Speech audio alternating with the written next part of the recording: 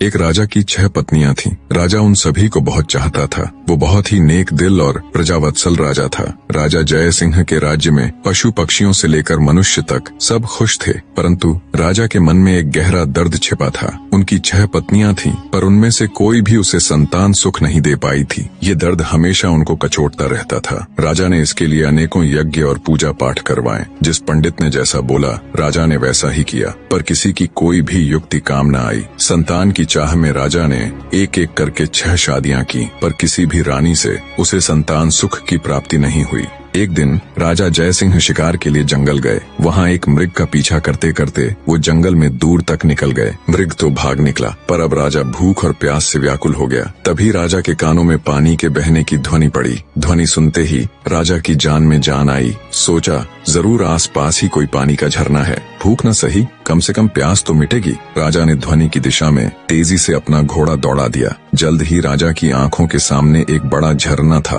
पर जब राजा झरने के पास गया तभी उसके कानों में एक स्त्री की आवाज पड़ी। अंधे है क्या, दिखाई नहीं देता? एक लड़की स्नान कर रही है। भूख प्यास से व्याकुल राजा ने उस तरफ तो ध्यान ही नहीं दिया था। लड़की की आवाज सुन राजा चौंक गया। उसने तुरंत अपना मुंह फेर लिया और बोला, क्षमा करे देवी, मैं इस जंगल में बहुत देर से भूखा प्यासा भटक रहा हूँ, जिससे विचलित होने के कारण मैं आपको देख नहीं पाया। इतना कह राजा मुंह फेरे ही वहाँ से कुछ दूर चलकर खड़ा हो गया। कुछ ही पलों में वह लड़की स्नान से निवृत्त होकर राजा के पास आई। उसने सूखे वस्त्र धारण किए थे और हाथ में कुछ फल लिए हुए थे। वह राजा के पास आकर बोली, महाशय, अब आप पानी पी सकते हैं। राजा ने झरने से पानी पिया और लड़की के दिए फल खाए। पानी और फल से उनकी भूख प्यास शांत हुई। राजा ने लड़की की ओर देखा और पूछा, हे सुंदरी, तुम कौन हो और इस जंगल ब्याबान में अकेली क्या कर रही हो? लड़की ने जवाब दिया, मेरा नाम मोहिनी है। मैं पास के गांव में रहती हूँ। रोज यहाँ स्नान करने आती हूँ और जंगल से लकड़ियाँ इकट्ठा करती हूँ। ये झरना जंगल के बीच में है, इसलिए यहाँ कोई नहीं आता। राजा जय सिंह मोहिनी की सादगी और सुंदरता पर मोहित होकर बोला, मोहिनी, तुम्हारी मदद के लिए शुक्रिया। आज तुमने मेरी जान बचाई है,